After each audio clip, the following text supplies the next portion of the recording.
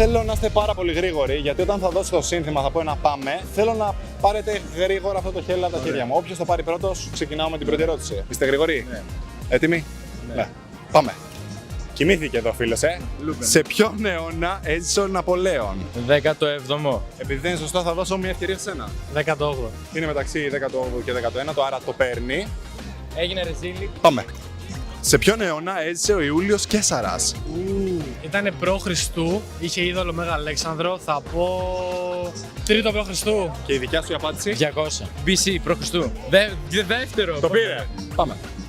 Σε ποιον αιώνα έζησε ο Χριστόφορος Κολόμβος?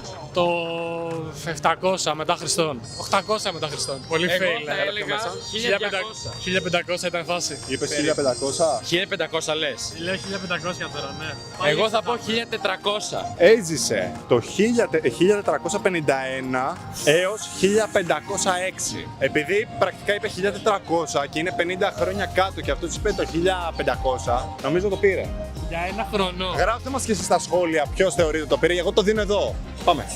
Σε ποιον αιώνα έζησε ο Τζέκινς Χάν? Ο Τζέκις Χάν έζησε περίπου το 1700 π.Χ. Και η δικιά σου απάντηση? Εγώ λέω το 700 με 800 μετά Χριστόν εννοείται. Έλουσα. Λοιπόν, είναι το 1162 με 1227, οπότε το δίνω. Πάμε. Και η τελευταία σου ερώτηση είναι η εξής. Σε ποιον αιώνα έζησε ο Κάρολος Δαρβίνος? Ο Κάρολος Δαρβίνος, ένας σπουδαίος επιστήμονας, έζησε τον 19ο αιώνα. Ναι, πραγματικά, ναι.